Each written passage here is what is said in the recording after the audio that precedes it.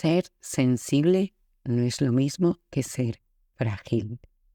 Bienvenidas, bienvenidos a un nuevo episodio de nuestro podcast Almas en Evolución, donde exploramos las complejidades de la mente humana y nos sumergimos en el fascinante mundo de la autoconciencia, el crecimiento personal y espiritual.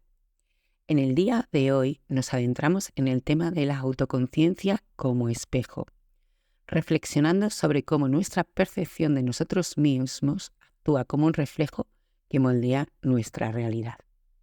En estos primeros episodios estamos trabajando y creando nuestra autoconciencia, desde saber y entender lo que es, y a partir de ahí la vamos a ir desarrollando desde diferentes puntos para que después podamos ir desarrollando otros aspectos mucho más profundos en nosotros mismos. Recordemos que en su esencia es la capacidad de reconocer y comprender nuestros propios pensamientos, emociones y acciones. Imaginen a la autoconciencia como un espejo mágico que nos revela no solo nuestra apariencia exterior, sino también los matices más profundos de nuestra mente. Pero, ¿qué sucede cuando esta autoconciencia se convierte en un espejo? Imaginen que cada pensamiento, cada elección y cada emoción se reflejan en ese espejo interno, creando una imagen única de quiénes somos. El espejo de la verdad interior. Este espejo interior puede ser un catalizador para el crecimiento personal y la autorreflexión. Nos enfrentamos a nuestras verdades internas, a nuestras luces y sombras. A veces este espejo revela aspectos de nosotros mismos que preferíamos ignorar, pero solo al aceptar esas partes podemos trabajar hacia una versión más auténtica de nosotros mismos. ¿Cómo vemos ese espejo mirando al exterior? Piensa en alguna persona que te incomoda, que te molesta, que hay algo de su personalidad que sueles criticar. Ahora, anótalo en un papel. Y ahora, mirando a ese espejo de la verdad interior, mira esa cualidad en ti. ¿Qué ocurre? ¿Sueles comportarte tú así en algunos aspectos de tu vida? ¿Sueles hacerlo hacia ti? O puede ser el otro extremo, es decir, imagina que la cualidad es el egoísmo. Y tú no eres egoísta, tampoco lo eres hacia ti. Eres todo lo contrario, estás siempre dándote a los demás. Pues lo que tienes que hacer es empezar a ser un poquito más egoísta. Porque si tú no te pones el primero, la primera de la lista, nadie lo va a hacer por vosotros. Porque estemos siempre para los demás, no quiere decir que somos mejores personas, sino que estamos escondiendo alguna herida, algún problema que hace que tengamos esa predisposición inconsciente a estar siempre dispuestos para los demás. Y luego tenemos un diálogo interior donde nos solemos quejar de que siempre estamos para los demás y los demás no están para nosotros. Cuando miramos en el espejo de la autoconciencia, ¿qué vemos? Nos encontramos con nuestra identidad, esa amalgama única de experiencias, valores y deseos que nos definen. A través de la autoconciencia podemos explorar y entender quiénes somos realmente, desentrañando capa por capa nuestra complejidad interior, ya que esas capas se han ido colocando desde el momento que estamos en el vientre de mamá hasta el momento actual.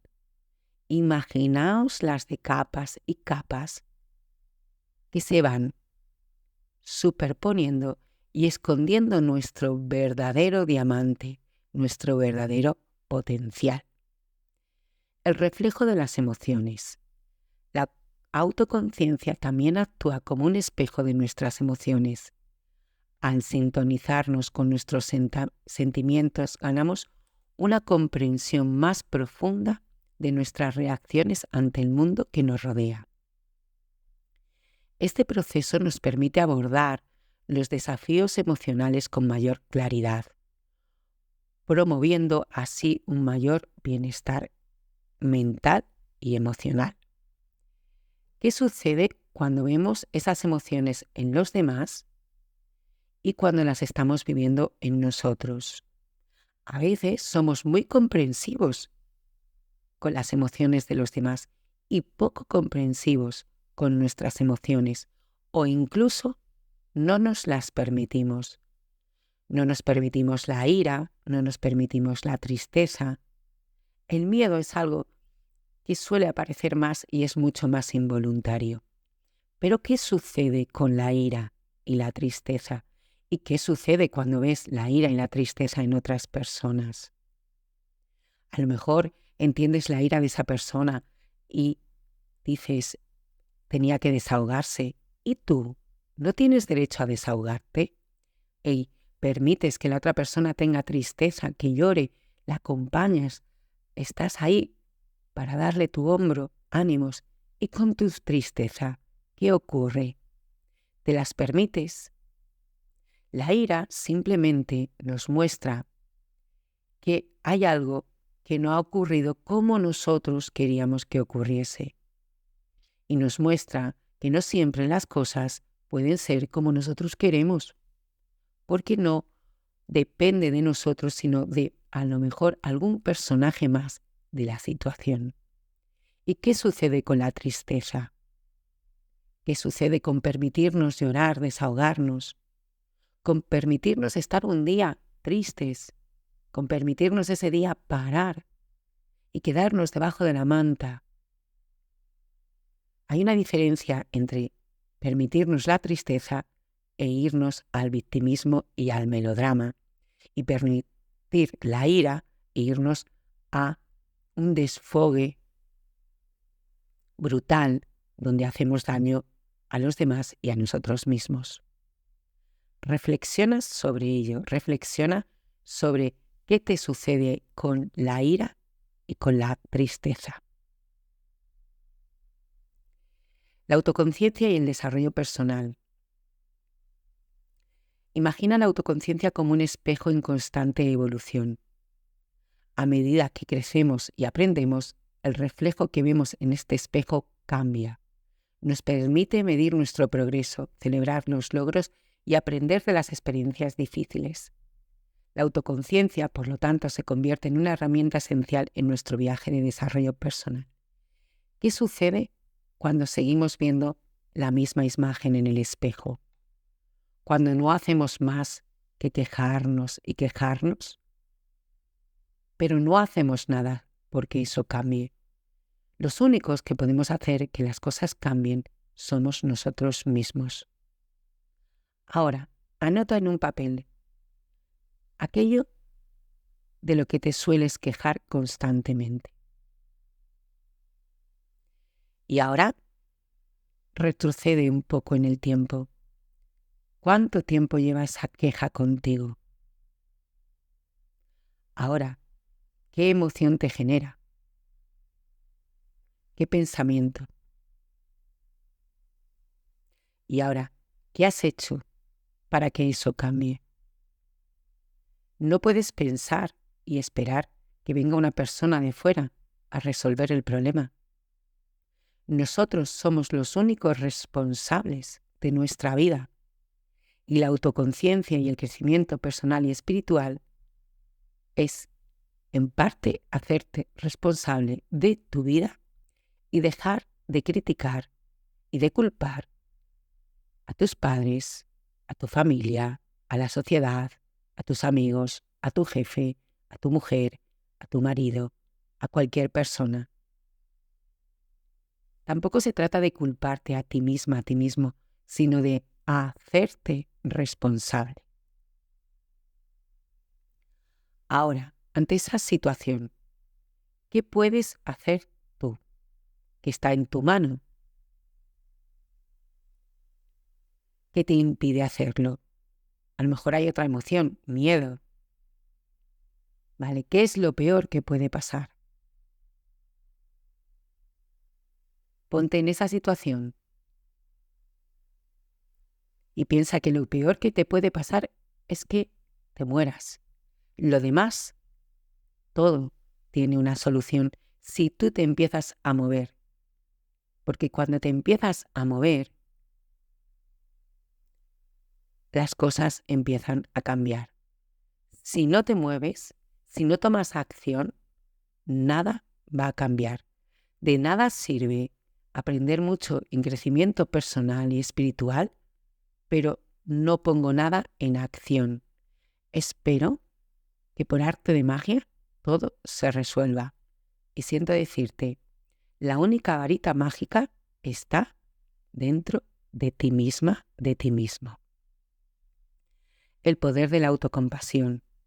En este viaje de autoconciencia no podemos pasar por alto el poder de la autocompasión. Mientras nos enfrentamos a nuestras imperfecciones, recordemos que somos humanos, con la capacidad de aprender y crecer. La autocompasión es el bálsamo que suaviza las aristas de la autoevaluación. Es decir, siempre tenemos que hacerlo todo desde el amor hacia nosotros mismos, hacia el resto de los seres humanos. Cuando miramos ese espejo, tenemos que ser conscientes que quizá la persona que nos está gritando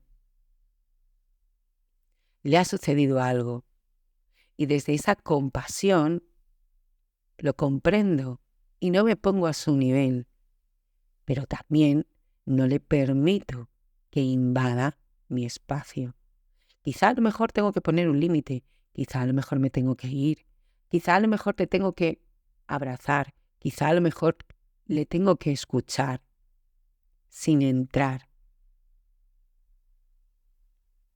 Porque cuando me molesta algo de lo que la persona de enfrente me dice, me está reflejando en el espejo.